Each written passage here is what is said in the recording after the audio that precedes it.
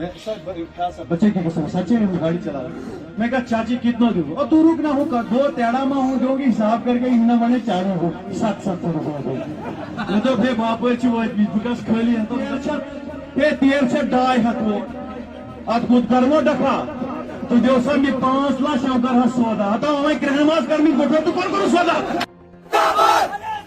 मुर्दाबाद जिंदाबाद जिंदाबाद जिंदाबाद पहाड़ी एकता पहाड़ी एकता पहाड़ी एकता जिंदाबाद पहाड़ी एकता मुर्दाबाद मुर्दाबाद अलियास बनाली मुर्दाबाद अलियास बनाली मुर्दाबाद गुज्जर काम जिंदाबाद गुज्जर काम जिंदाबाद गुज्जर काम जिंदाबाद गुज्जर काम जिंदाबाद अलियास बनाली मुर्दाबाद अलियास बनाली मुर्दाबाद अलियास बनाली मुर्दाबाद अलियास बनाली मुर्दाबाद नहीं चलेगी नहीं चलेगी नहीं चलेगी नहीं चलेगी उसने नेशनल कॉन्फ्रेंस के जलसे में ये बात कही कि मुझे एक गुजरी ने फ़ोन किया मेरे पास 11 वोट हैं तो तू मुझे पैसे दे तो फिर उसने कहा तू रुक मैं हिसाब करके बताऊंगी 11 वोटों का क्या। उसने कहा क्या क्या लेना है। उसने कहा 700 के हिसाब से 4000 बनता है। तो मजाक उड़ाई स्टेज पे। हमें इस चीज़ का दुख है।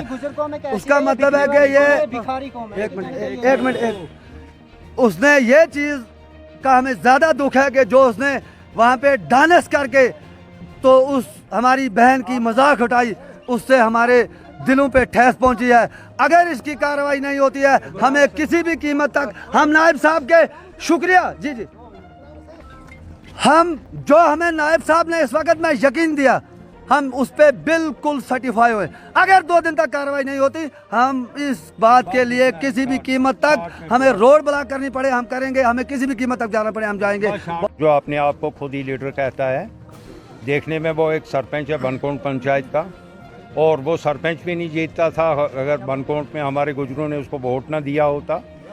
सितम ज़रीफ़ी ये है कि वो अपने आप को एक ऐसा लीडर मानता है कि उसने एक इंटरनेशनल कम्युनिटी को टारगेट किया हमारी गुजर कम्युनिटी को। और रात उसने बड़े मज़ाहिया अंदाज में कहा कि एक गुजर औरत जो है मुझसे वोट ये खर्चा मांगती थी मेरे पास 11 वोट हैं और मुझे खर्चा दे दो। और बड़े मज़ाहिया अंदाज में उसने एक ड्रामा बनाया था जिस पर पूरी गुजर कौम के जज्बात इनके सेंटीमेंट मजरू हुए हैं।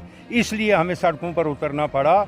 अब जनाब नायब तहसीलदार साहब खड़ी ने हमें पूरी इंश्योरेंस दी कि मैं कानून के ज़ाब्ते में इस चीज़ का हल तलाश करूँगा। तो हम एडमिनिस्ट्रेशन का शुक्रिया अदा करते हैं और उम्मीद रखते हैं कि इंशाल्लाह एडमिनिस्ट्रेशन खड़ी इस बात की छानबीन करेगी। अदरवाइज़ अगर ऐसा नहीं हुआ इस पर FIR नहीं लगा तो फिर हमारी जो ये दबी कुचली कौम जो गुजरों की है ये दोबारा सड़कों पर उतरने के लिए मजबूर हो।